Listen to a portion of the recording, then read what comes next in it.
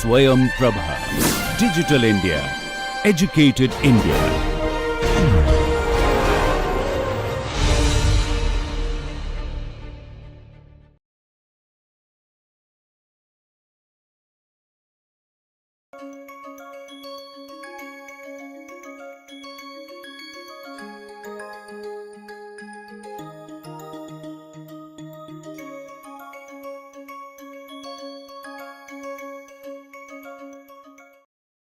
Let us look at how positive psychology looks at the notion of upayas or notion of the power of agency, the individual mental resources which are at the foundation of well-being and also performance, the right performance in organizations and society.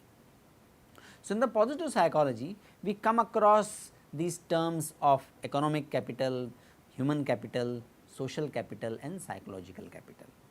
We all were aware of the traditional economic capital, and organizations were working to gain economic capital, that is reflected in the form of finance, tangible assets like equipment, patents, etc. But gradually organizations recognized that it is not only economic capital which guarantee the organizational growth or even sustenance. So, we had to move from traditional economic capital to human capital. Human capital means human being who are able to, who actually convert capital into the productive means. You can have lot of capital, but you need human being to convert that capital into the productive output in the form of product or services.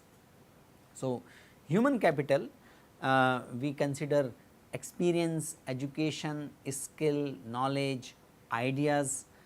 These are not possessed by computers, this is not possessed by technology. Technology is inert, technology can be very advanced, but it is the human being, the human capital which employ that technology in the most appropriate way. So, we became aware of the human capital. Then there is a social capital. Social capital means we recognized that in organizations human capital do not directly result into economic capital.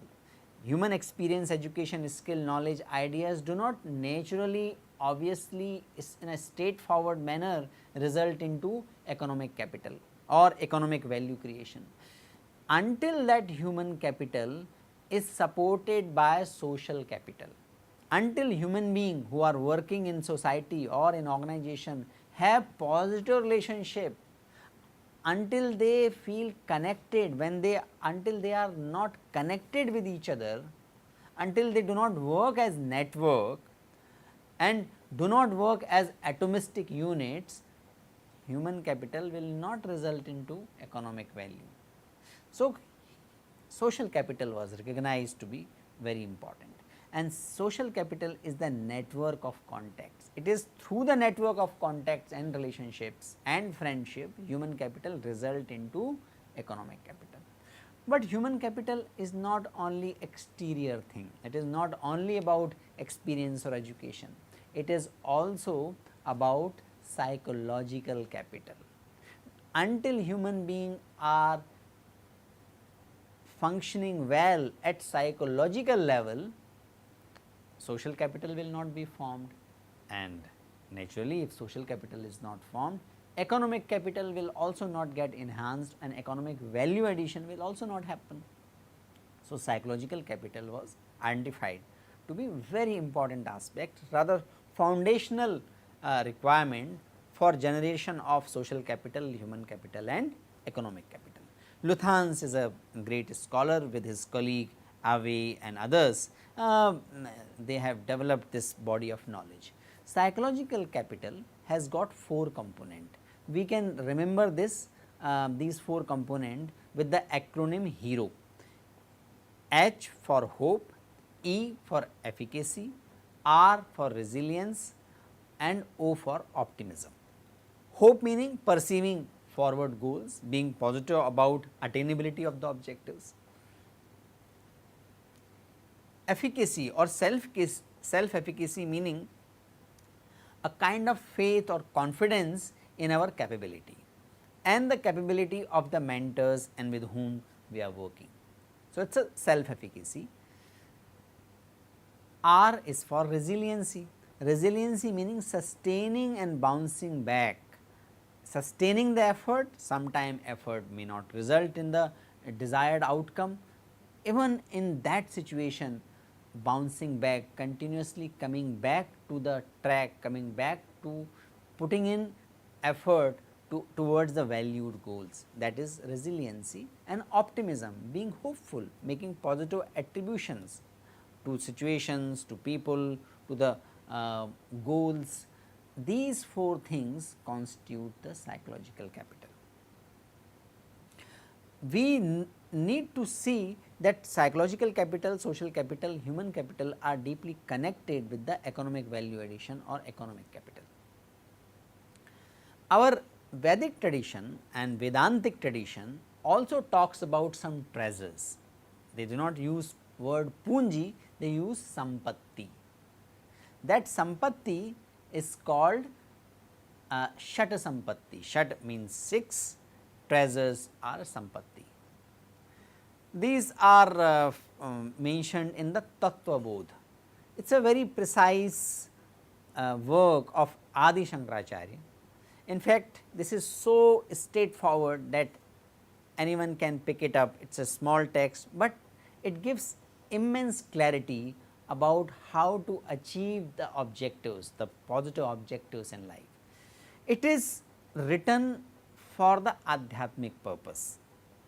Adhyatmic purpose is attaining Brahman, because Adi Shankaracharya was Vedanti. So, Atma Sakshatkar, recognizing that I am the Brahma, is the ultimate objective for the Adi Shankaracharya. He was the Acharya of Vedanta, of Advaita Vedanta rather. So, he was the Acharya of Advaita Vedanta. So, this text is aimed at the superordinate goal of attaining self realization, Atma Sakshatkar, and Atma is not different from Brahma. So, that is why Atma Sakshatkar according to the Advaitic tradition is also Brahma Gyan, and for that 4 elements are defined: Vivek, Vairagya, Shata Sampatti and Mumukshhatva. Vivek is discrimination of right and wrong. Vairagya, as mentioned earlier, it is getting rid of your personal rag and dvesh and non-attachment to the Vishayas, non-attachment to the pleasures, if they are obstructing our efforts to attaining the ultimate objective. Shata Sampatti we are going to discuss now, and Mumukshatva, our urge to get the spiritual awakening. So, this text is very relevant, and in fact, that is its ultimate purpose, to get the self realization, but this text and these 4 things are also equally useful in the Vyavaharik life, in the day to day life, in the life of economic transactions, relationships, community building, nation building. In all these Vyavaharik pursuits as well, these 6 or these 4 Chatushtai or these quadrates or the 6 treasures or Shata Sampatti, one of the quadrates, are equally important.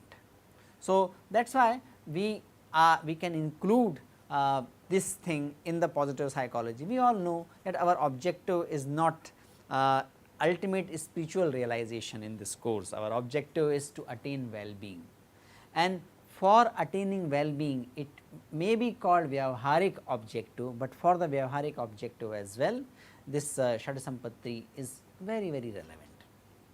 What is this Shata Sampatti? And you can later on compare the Shata Sampatti with the psychological capital. We can have some discussion on the commonality and difference in the psychological capital and Shata Sampatti. So, what is the first Sampatti? The first virtue or first treasure is Sama, quietude of mind, calmness of mind. This refers to also control of mind. Until we control the mind, we cannot control senses, and that is why it is called Manonigraha. Samakah, that is the question in the text, Manonigraha, one word answer given by Adi Shankaracharya. Until mind is quiet, we cannot see through things.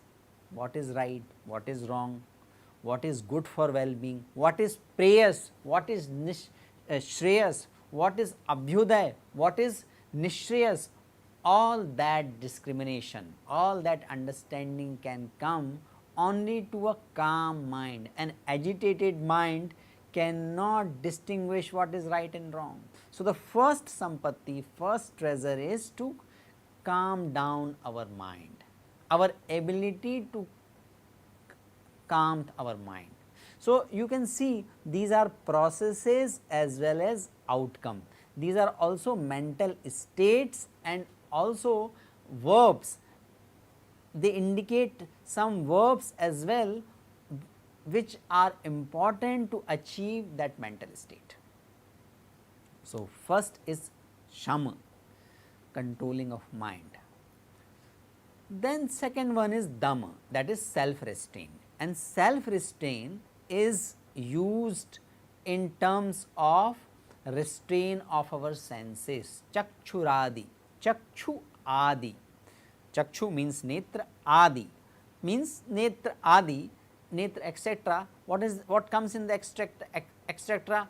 All five senses, the five senses of eye, ear, touch, taste, these are all senses. Chakshuradi, bahindriya nigraha, external senses and sense organs have to be controlled. That is second treasure, that is dhamma. When we are able to do manonigraha and indriya nigraha, that is the meaning of dhamma, we are able to see what we should be doing. Someone should be doing art, someone is more tuned for science, someone is more tuned for business, someone is more tuned for economics, someone is more tuned for entrepreneurship, someone is more tuned for academics. We all are having our swadharma, we all are having our aptitude. That aptitude may change. We may have multiple aptitudes. Someone who is good at technology can also be good at teaching. So, that also is possible, but important thing is knowing what is my aptitude. I want to make difference to my life, I wish to achieve well-being, but I have to achieve well-being, and I can achieve well-being only by working according to my aptitude. If I start working for some others aptitude, if I get enamored, suppose my capability is of technology and entrepreneurship, I get enamored by the life of an academics or someone who teaches in IIT. My aptitude is something, if I get enamored by something else, I may not be able to pursue this which is my aptitude, I may not be able to get that with which I am getting enamored. I may get enamored by the entertainment industry's heroes. I might be a scientist, entertainment industry make lot of heroes, they enjoy a lot of public attention, but if that is not my aptitude, why I should get enamored for that, enamored by that? I may enjoy that their public attention, I may enjoy watching them, but it does not mean that we should get dragged to get that kind of attention in our life as well. Why? Because we will not be able to achieve which we are capable of achieving without identifying our aptitude, without identifying our swadharma. Every object in the life, every objective of the world has its own quality and has its own dharma. The dharma of fire is to generate heat, dharma of water is to flow, water cannot become fire. Similarly, space cannot become air, air has its own dharma, Vayu has its own dharma, that is force, that is flowing. Akash has a dharma of being, just being, and from there everything else emanates. So, like all the natural elements, human beings also have their swadharma. Most of the animals and other creatures in the nature are mostly programmed.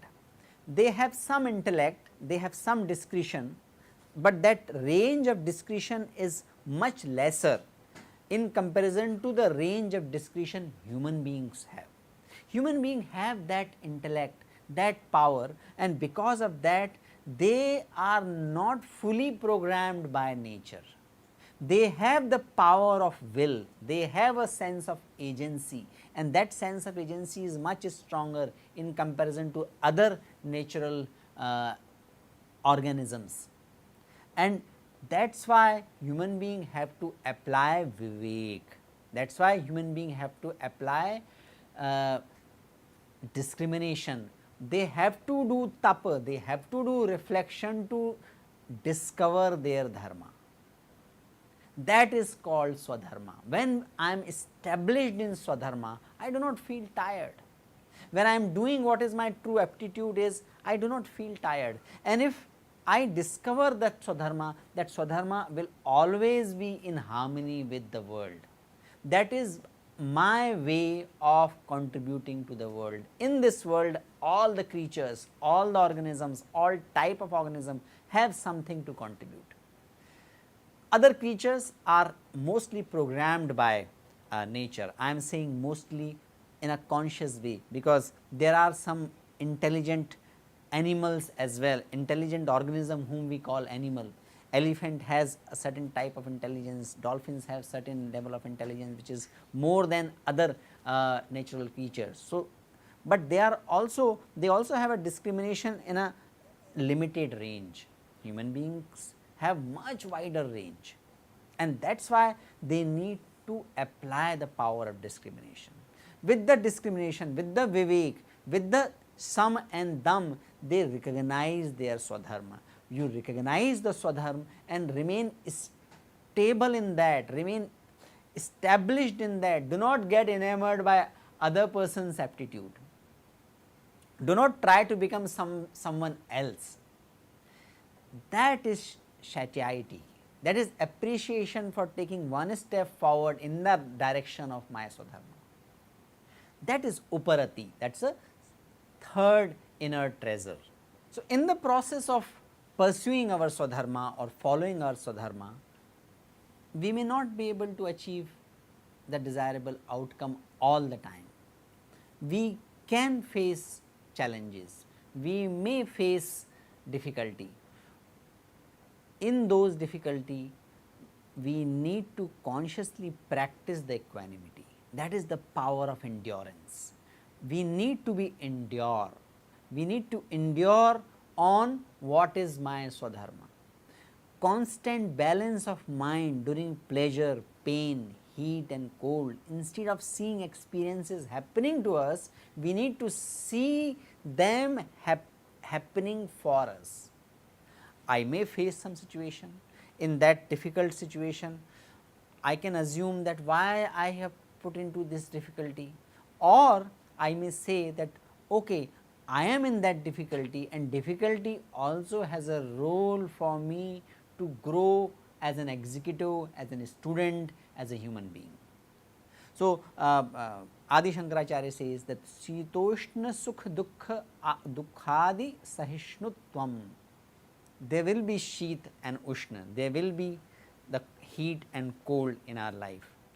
Being Sahishnu about it, being open for that, being equanimous in that, recognizing that whatever we do, our action and the outcome, these are not directly linked.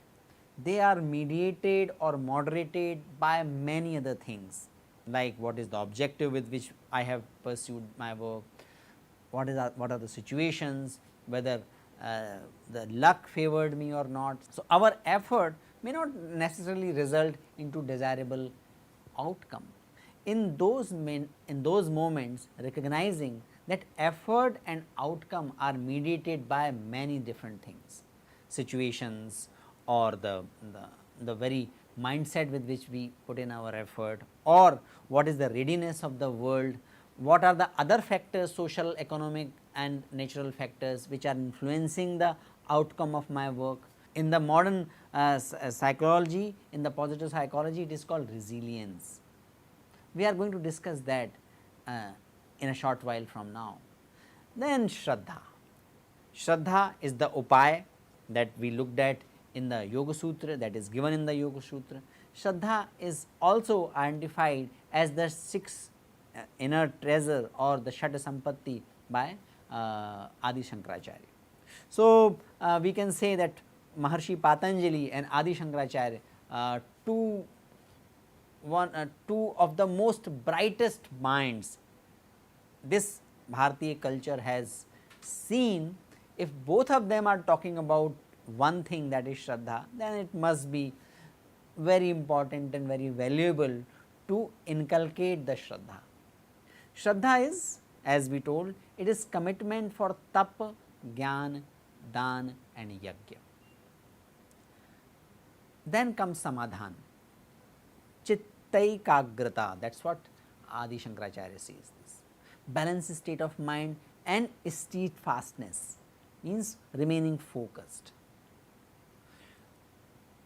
That remaining focus give results in the medium term or long term. These are the six treasures of our mind. We need to keep remind ourselves. If I need to practice and I need to have detachment, if I have to have abhyas and vairagya, because these are the essential things. This is essential because mind has the tendency to go towards prayers, go towards that which looks pleasurable in the beginning, but causes suffering in the long run. Mind has that tendency because of our sanskar, because of the vyadhi, because of our other fluctuations or entanglements or the fluctuations all around us. Because of so many reasons, mind has that tendency of moving towards prayers. If we wish to remain on the path of Shreyas, if we wish to remain on the path of well-being, we need to constantly remind ourselves about these six treasures, and we need to use these six treasures for that. If we want to have good body, we need all these things. If we want to have good mind, we need all these things. If we want professional success, we need all these things. If we want success in our career or business or sports, we want these six treasures. We have to have these treasures in our life. You might see some of the people might be getting indulged in something or other and still being successful. Please be mindful that in the long run, that certainly the indulgence, which is undue indulgence, certainly causes hurt, certainly causes suffering. Now, we can actually compare how the Shata Sampatti can be compared with the positive psychology concept of psychological capital. Psychological capital talks about hope, resilience, efficacy and optimism. The Shata Sampatti also talks about titiksha, that is resilience. Shata Sampatti talks about ekagrata, it talks about shraddha. So, let us compare psychological capital and Shata Sampatti. Psychological capital, as mentioned earlier, it is the combination of hope, optimism, efficacy and resilience. You see, resilience of the psychological capital is reflected in the form of titiksha in the Shata Sampatti. Efficacy is also somewhere captured in a partial way in the Uparati. So, Uparati and titiksha has significant commonality between efficacy and resilience.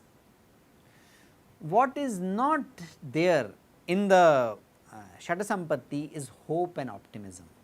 And what else in place of hope and optimism we get in the Shata Sampatti? We get what are the intrinsic psychological instrument through which we can attain success.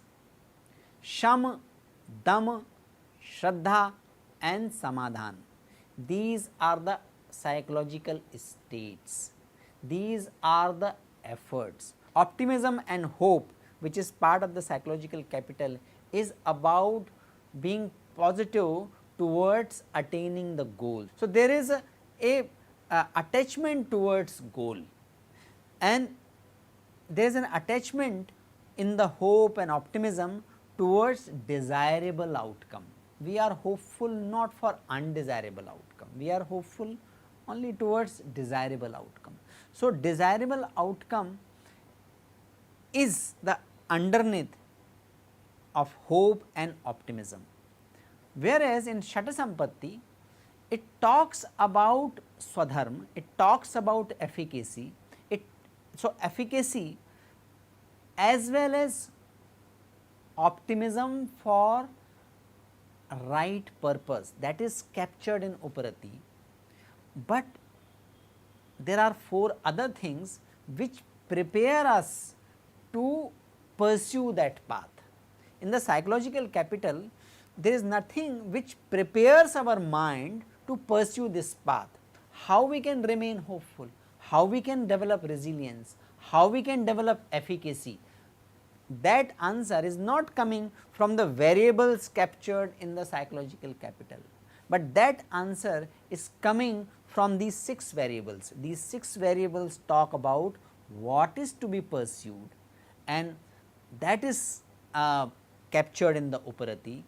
How it should be pursued, that is captured in Titiksha, and how I can prepare myself to identify what is to be pursued, and how I should prepare my mind to remain on that path. These questions are also answered in the 6th treasure or Shata Sampatti. So, this can be a construct, this can be a concept which is probably much wider and much deeper than the psychological capital. Those who are interested in psychology, those who are interested in organization behavior can pursue this research on these 6 treasures, and that also can be done, but most of us are taking this course for our own self development. We need to remember these things. We cannot hope to attain well-being without Sam, Dam, Uparati, Titiksha, Shraddha and Samadhan. How I develop that? I develop that through practice. What to practice? That practice is Yam, Niyam, Asan, Pranayam, and to some extent Pratyahara.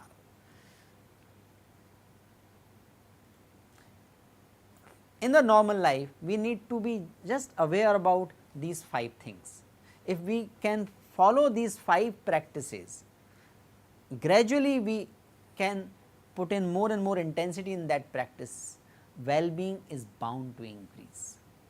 And how we remain into that practice, we need to remember these things, and we need to consciously develop these treasures. The good thing about these treasure is that it is not fixed. It is not that somebody has got the limited quota. We all can, by just giving attention to these things, just by being mindful to these things, we can enhance this treasure.